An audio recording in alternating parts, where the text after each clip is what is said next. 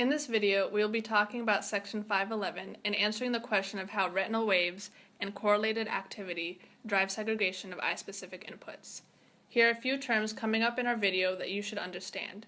A retinal wave is a spread of spontaneous excitation across retinal neurons, including retinal ganglion cells and amacrine cells.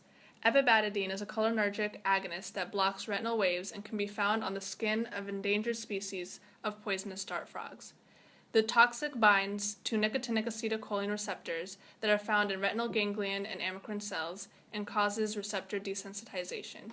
CPT-CAMP is a cyclic AMP agonist that facilitates retinal waves, meaning that CPT-CAMP and epibadidine have opposite influences on spontaneous retinal activity, which we will be expanding on in the next slides. Lastly, LGN, or the lateral genucleate nucleus, is the visual relay center of the thalamus.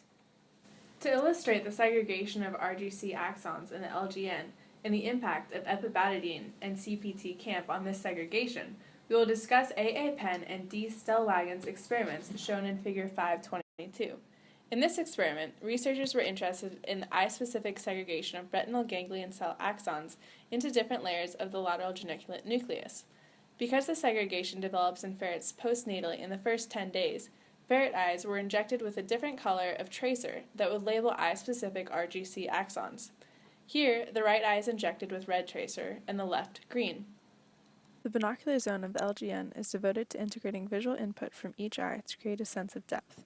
How this zone is organized will be examined in this experiment. Remember that when discussing eyes and binocular zones, the term ipsilateral identifies the binocular zone on the same hemisphere as the eye, whereas contralateral identifies the opposite hemisphere.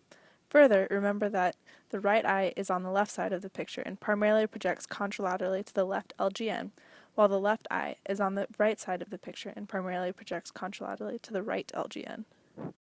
The first condition examines the regular segregation of visual input in ferrets. This was the control condition where experimenters injected saline into both eyes. The image on the far left illustrates that retinal ganglion cell axons had not yet segregated by origin at P1, postnatal day 1. The second image shows that within the next 9 days, axons from the two different eyes segregated. Notice that unlike the yellow areas from the previous image, the binocular zones are distinctly red and green in the second image. As you can see, the ipsilateral axons form the A1 layer in the binocular zone, taking up about 20% of the LGN, while contralateral axons form the A and C layers. Contralateral axons also occupy a large monocular region, as you can see between the arrows. Now let's look at how retinal waves affect axon segregation. In condition 2, the experimenters used epibadidine to block retinal waves.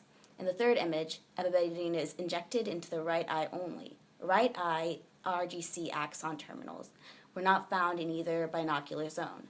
Instead, axons from the unaffected left eye took over the binocular zone in both LGNs. When epibadidine was injected into both eyes, neither binocular zone exhibited segregated axons. As you can see visually, the fourth image showing binocular epibadidine injection resembles the first, in which segregation has not yet occurred.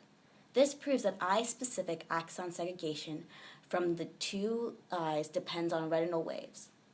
What does this mean? It means that the segregation of RGC axon terminals into eye-specific layers in the LGN is dependent on neural activity, rather than molecular cues. Further, the monocular injection of epibadidine in image 3 showed that the balance of inputs from each eye, rather than absolute levels of activity, determined axon segregation patterns, suggesting that intraocular competition exists, is activity dependent, and plays a role in normal ferret development. Here's another condition to verify the importance of retinal waves for axon segregation. The image on the left is the same as image 2 on the previous slide that illustrated normal ferret development.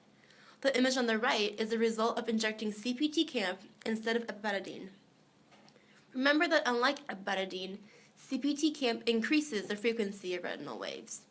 In this case, CPT-CAMP was injected into the left eye. Remember that axon projections from the left eye are labeled in green and right in red.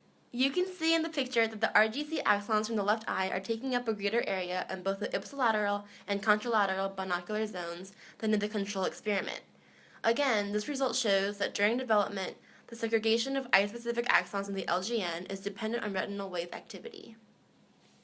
To recap, retinal waves are crucial in the wiring of the visual system. If epibadidine is injected into both eyes, this blocks all retinal waves and prevents eye-specific axon segregation from developing the binocular zone. If epibadidine is injected into only one eye, say the right eye, both binocular zones will be dominated by the other eye, the left eye. If CPT camp is injected into only one eye, say the right eye again, this will increase the frequency of retinal waves in that eye. This leads to both binocular zones having larger areas occupied by axon terminals from the right eye.